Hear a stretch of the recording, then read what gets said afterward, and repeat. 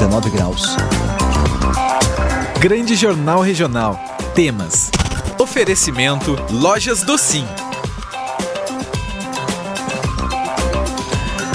Você sabia que, se você fizer uma cirurgia plástica, você tem direito ao auxílio-doença? Se a mulher tiver um aborto espontâneo, tem direito a salário maternidade? E o tempo afastado por doença, se esse tempo conta para a aposentadoria? Está conosco aqui a nossa colaboradora, advogada, presidente da subseção Canela Gramado, da OAB-RS, especialista em direito previdenciário, doutora Anne Grau-Miller, para nos dizer dos direitos que você tem e não sabe que tem direito. Doutora Anne, muito bom dia. Como é que você está? Tudo bem, Anne? Bom dia, Braulio. Bom dia, nossos ouvintes. Hoje tô melhor, né? Tô pertinho aqui. É verdade. Resolvi vir te ver. Tá certo. Pois é, os direitos, doutora Anne, que muita gente tem, mas nem sabe que tem, né? Nós, né? Você está me dizendo direitos que eu não sabia, né? Que o segurado tem. Isso. Para a nossa conversa de hoje, Braulio, eu separei até 5 tópicos aqui, mas eu quero falar melhor de algum deles. Muitas vezes as pessoas desconhecem alguns direitos que têm em relação ao INSS. Então, paga todos os meses, enfim, e deixa de pedir alguns benefícios ou de ter direitos que poderia ter. O que eu separei pra gente falar hoje, Braulio? Tu começou falando, então, da cirurgia plástica, né? Nem todo mundo sabe que se fizer uma cirurgia plástica, e pode ser só por questão estética mesmo, né? Não necessariamente uma correção, enfim. Essa pessoa pode ter direito ao auxílio-doença. A gente sempre imagina que o auxílio-doença vai ser decorrente de uma doença, né? Que incapacite para o trabalho. Mas sempre que, por motivo de saúde, eu precisar ficar por pelo menos 15 dias, né? Para o INSS, mais de 15 dias, afastada da minha atividade habitual ou do meu trabalho, eu tenho direito ao auxílio-doença. É mais comum para aquelas cirurgias que demandam um prazo maior de recuperação, né? Cirurgias plásticas, rinoplastia ou implante de silicone, enfim. Essas cirurgias tendem a ter um período de recuperação maior, uma necessidade de afastamento do trabalho. Então, quem está nos ouvindo e quer se preparar para o verão, fazendo uma cirurgia plástica... Saiba que não fica dando ideia. Um monte de gente fazer cirurgia. Mas enfim, Braulio, essas pessoas têm sim direito ao auxílio-doença. E outras coisas mais. Exatamente, não, eu tô brincando, tá, gente? Mas enfim, se fizer, saiba que pode ter direito, desde que pelo menos 15 dias precise ficar de molho, então que o médico, né, ateste, é possível pedir um auxílio-doença pro INSS. Além, claro, né, Braulio, as pessoas têm que ser seguradas da Previdência, tem que estar em dia com a contribuição. E tem que fazer pelo SUS, né? Não necessariamente a cirurgia? Não. Pode ser particular? Pode ser qualquer né, forma que fizer a cirurgia. Porque, na verdade, o direito surge de tu estar afastado por motivo de saúde.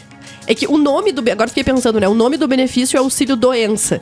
Mas não necessariamente uma doença vai te afastar. Às vezes, só uma recuperação de uma cirurgia para uma coisa boa. Claro, sem dúvida. E por falar em auxílio-doença, Braulio, é uma dúvida também que a maioria das pessoas não sabe.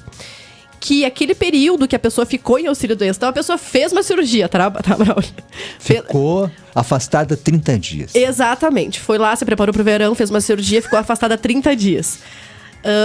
Esse tempo, pessoal, pode contar para aposentadoria.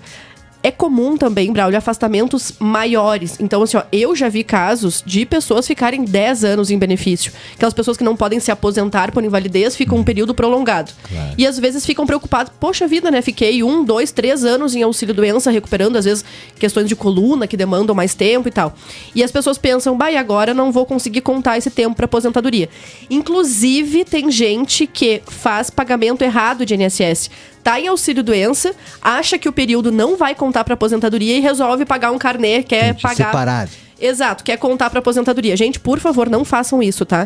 Porque o tempo em auxílio-doença, ele vai contar, sim, para aposentadoria, qualquer tipo de aposentadoria, inclusive para carência. Então, porque uma coisa é o tempo de contribuição, outra coisa é a carência. Carência é o número mínimo de contribuições necessárias para dar direito ao benefício. Certo. Por exemplo, aposentadoria por idade. Eu preciso de uma carência, um tempo mínimo de 15 anos de contribuição. Nesses casos, o auxílio-doença também conta. Desde que a pessoa, ao sair do auxílio-doença, ou retome a atividade, então carteira assinada, ou contribuição, ou faça um carnê que pode pagar até facultativo, mas sempre lembrando, a legislação prevê que o tempo afastado vai contar desde que intercalado com a atividade. Isso significa, sair do auxílio-doença, se eu não tenho carteira assinada, é muito conveniente que eu faça uma contribuição para o INSS para ficar tranquilo que aquela minha contribuição vai valer daqui para frente para uma aposentadoria. Se parar de pagar aí, o que acontece? Se parar de pagar o quê? Saiu do auxílio-doença, não paga. Pois então, é que essas contribuições só vão ser validadas com o retorno da atividade ou com o pagamento de INSS. Então, por exemplo, fiquei 5 anos em auxílio-doença, nunca mais paguei INSS, não voltei a trabalhar e fui direto pedir uma aposentadoria. Esse tempo não vai contar. É uma pegadinha da lei. E o INSS se utiliza disso para indeferir esses pedidos. Claro. Então, conta para aposentadoria? Conta. Qualquer período afastado de auxílio-doença vai contar, mesmo que a pessoa não tenha carteira assinada. Mas faça uma contribuição ou retorne ao trabalho assim que o benefício for cessado. Certo. E também sobre o aborto espontâneo. Isso. Esses dias eu tive um caso próximo de uma conhecida que, na verdade, o feto nasceu, né? O parto foi de um feto natimorto. E muitas vezes a mulher, nessas condições, não sabe que tem direito ao salário maternidade. O salário maternidade, ele é direito da mulher que também sofre aborto, não só, claro, né? O comum é aquela mulher que teve um filho, que nasceu com vida, enfim. Essa mulher tem direito ao benefício por 120 dias. Entretanto, Braulio, aquelas mulheres que tiveram abortos espontâneos, tá? Mesmo durante a gravidez, a gestação? Exatamente. Então, se a mulher tá grávida, mas infelizmente ela sofreu um aborto natural, um aborto espontâneo, ou se ela precisou fazer um aborto legal, que é aquelas condições previstas também, então, de fetos anencéfalos ou de estupro, enfim. Nesses casos, a mulher também tem direito, apesar de que, de novo, o benefício se chama salário maternidade, mas ele também cobre esse tipo de situação, tá? O que acontece é que vai ser um período proporcional. Enquanto aquela mulher que tem um filho que nasce com vida recebe 120 dias do benefício, aquelas mulheres que perderem os seus bebês, os fetos, até a 20ª semana, elas têm direito ao benefício por 2 semanas. Então, se a mulher sofreu um aborto espontâneo ou teve um aborto legal, ela pode ter direito até a 20ª semana, a 2 semanas, 20ª semana de gestação, ela pode ter direito a 2 semanas de benefício.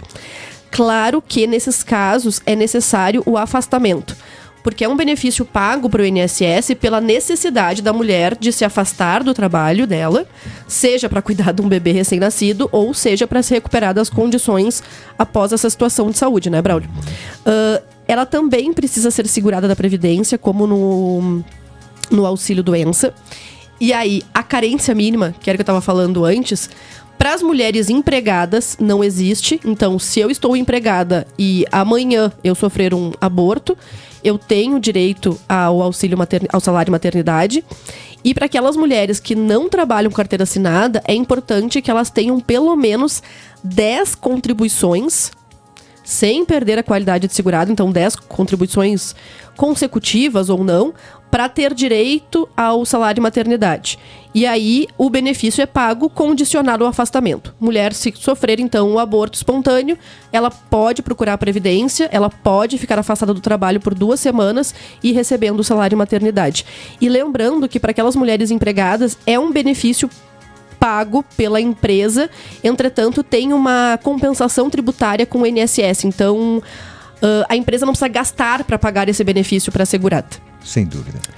E, Braulio, por fim, 2 dicas bem relevantes também. Uma é que as pessoas, eu vou falar muito rapidamente, que as pessoas não sabem que têm direito a pedir restituição de contribuição para o INSS. Pessoas que pagam acima do teto da Previdência podem buscar restituição Ou, mais comum, aquelas pessoas que têm 2 empregos ou 2 trabalhos. Por exemplo, eu trabalho na rádio aqui e também sou contribuinte individual porque eu tenho uma outra atividade. E somadas as minhas contribuições, elas excedem o teto da Previdência, tá? Não precisa, gente. Primeiro lugar que não precisa, é possível fazer um ajuste para não pagar. E se pagar, peça de volta a diferença porque tem direito, tá? E aí agora, por fim mesmo, a isenção de imposto de renda. Existem várias possibilidades que se enquadram para pedir a isenção de imposto de renda. Mas uma das que as pessoas não sabem é uma isenção automática. Nós temos aquela que a lei determina, algumas doenças, por exemplo, câncer, que é uma das mais conhecidas, ela dá direito à isenção do imposto de renda. Mas, Braulio, para aquelas pessoas que sofreram acidente de trabalho e estão em benefício de auxílio-doença ou aposentadas por invalidez por acidente de trabalho, essas pessoas têm direito à isenção do imposto de renda. Não precisa comprovar a doença, como essa outra lei pede, enfim. Só precisa comprovar que houve um acidente de trabalho, que essas pessoas automaticamente têm direito. E também falando no imposto de renda, muita gente não sabe que auxílio-doença também pode ter isenção. O mais comum para as pessoas é pedirem isenção na aposentadoria, mas auxílio-doença também é possível pedir isenção de imposto de renda. Então essas eram as dicas, Braulio. Eu queria trazer hoje alguns direitos que as pessoas talvez não soubessem. Direitos que as pessoas têm, os segurados da Previdência têm e que não sabem que têm. Qualquer informação, procure um profissional de sua confiança ou fale com a subseção da OAB-RS, que ela vai orientá-lo. É isso, doutora? Exatamente. Sempre procure um profissional capacitado da sua confiança. Braulio, muito obrigada pela participação. Uma boa semana. Obrigado, doutora Anne Grau Miller, conosco aqui, especialista em Direito Previdenciário e presidente da subseção da OAB-RS, da subseção Canela Gramado. Para fechar o nosso GJR, que volta amanhã a partir das 7 aqui pela Clube 885, muito mais que rádio. O Grande Jornal Regional. Oferecimento Deporte Contabilidade, UX, Broker Turismo, Risul, Cicobi Maxi Crédito, Círculo Saúde, Espaço Limpo, Censo Properties, Farmácia Líder, Lojas Docim, Lojas Taqui.